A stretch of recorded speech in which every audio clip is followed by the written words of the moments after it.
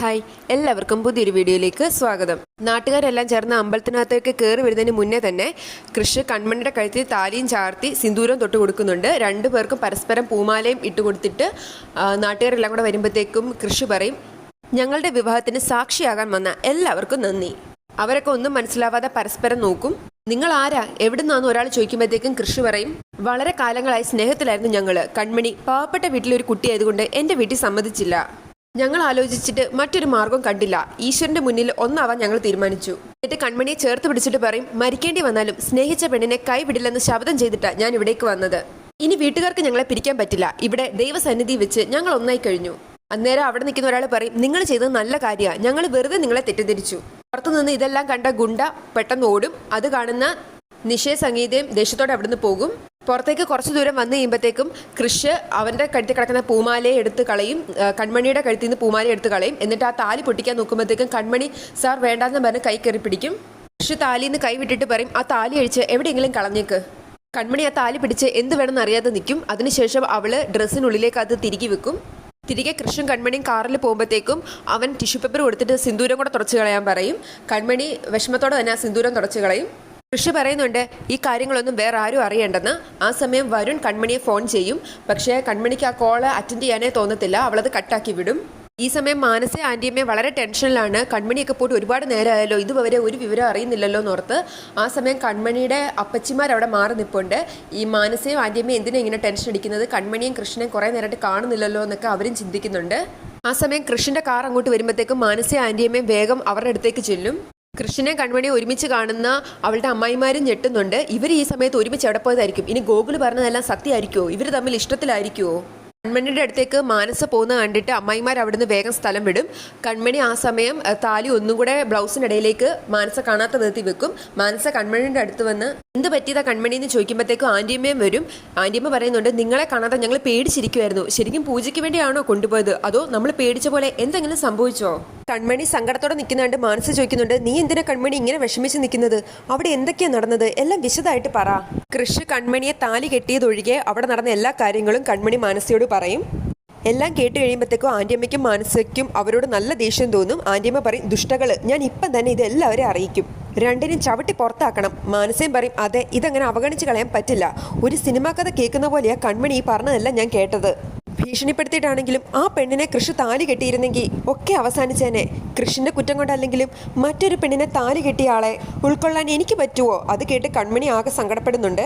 കൺമണിയെ ചേർത്ത് പിടിച്ച് മാനസ പറയും, നിന്നോടുള്ള കടപ്പാട് ഈ ജന്മം കൊണ്ട് തീരില്ല മോളെ. ദൈവമാ നിന്നെ എനിക്ക് കാണിച്ചു തന്നത്. നീ ഇല്ലായിരുന്നെങ്കിൽ നാളെ വിവാഹ നിശ്ചയ സമയത്ത് ഞാൻ മരിച്ച ചടങ്ങുകളായിരിക്കും നടക്കുക. ഞാൻ ജീവൻ ഒടുക്കുമായിരുന്നു. കൺമണി പറയും, മേഡം അങ്ങനെയൊന്നും പറയാതെ. ആൻറ്റിയമ്മ പറയും, മാനസേ നീ വാ, ആ നിശ്ചയ സംഗീതം ഒന്ന് കാണണം. അമ്പലത്തിൽ നിന്നും അവരെ നേരത്തെ തിരിച്ചു എന്നല്ലേ പറഞ്ഞത്. അന്നേരം കൺമണി അവരെ തടഞ്ഞുകൊണ്ട് പറയും, നാളെ ചടങ്ങ് കഴിയുന്നവരെ ആരോടൊന്നും പറയണ്ട ആൻറ്റിയമ്മേ, ഇതൊരു സംസാരം ആക്കണ്ട. ഇങ്ങനൊരു സംഭവം മറ്റുള്ളവർ അറിഞ്ഞു കഴിഞ്ഞാൽ പറഞ്ഞ് ഓരോ കഥകളുണ്ടാക്കും. ആരെ ഒന്നും അറിയിക്കണ്ട. മാനസ അത് ശരിവെക്കും. കൺമണി പറയും, ഞാൻ എന്നാ മുറിയിലേക്ക് പോകട്ടെ, ആകെ ക്ഷീണിച്ചു. മാനസ ഒരിക്കൽ കൂടി കൺമണിയെ ചേർത്ത് പിടിച്ചിട്ട് പറയും, നീ എനിക്ക് വേണ്ടി ചെയ്തത് ജീവിതാവസാനം വരെ ഞാൻ മറക്കില്ല. Thank you. കൺമണിക്കാണെങ്കിൽ എല്ലാം കൂടെ കേട്ട് ആകെ കുറ്റബോധം തോന്നുന്നുണ്ട്. ഈ സമയം കൃഷ്ണനെ കണ്ട് സാഗറും സുജി അവൻ്റെ അടുത്തേക്ക് വരും. സുജി ചോദിക്കും, മോനെ പൂജയെല്ലാം നന്നായിട്ട് തന്നെ നടന്നോ? സംഗീത എവിടെ? അവൻ മിണ്ടാതിരിക്കുന്നുണ്ട്. സാഗർ ചോദിക്കും, എടാ ചോദിച്ചു കേട്ടില്ലേ? കൃഷ്ണ പറയും, പൂജയെല്ലാം നന്നായിട്ട് കഴിഞ്ഞു. നിഷിയും വന്നിട്ടുണ്ടായിരുന്നു. പൂജ കഴിഞ്ഞപ്പം സംഗീത അപ്പച്ചി നിഷിയുടെ കൂടെ കാറി തിരിച്ചുപോയി. എനിക്ക് നല്ല ഉറക്കം വരുന്നു. ഞാൻ റൂമിലേക്ക് പോട്ടെ എന്നും പറഞ്ഞ് കൃഷ് അവിടുന്ന് പോകും. ആ സമയം കൃപ വന്ന് ചോദിക്കും, അച്ഛ അമ്മേ, സംഗീതാനിക്കും നിഷിക്കും എന്താ സംഭവിച്ചത്? അവർക്ക് എന്തെങ്കിലും ദേഷ്യമുണ്ടോ?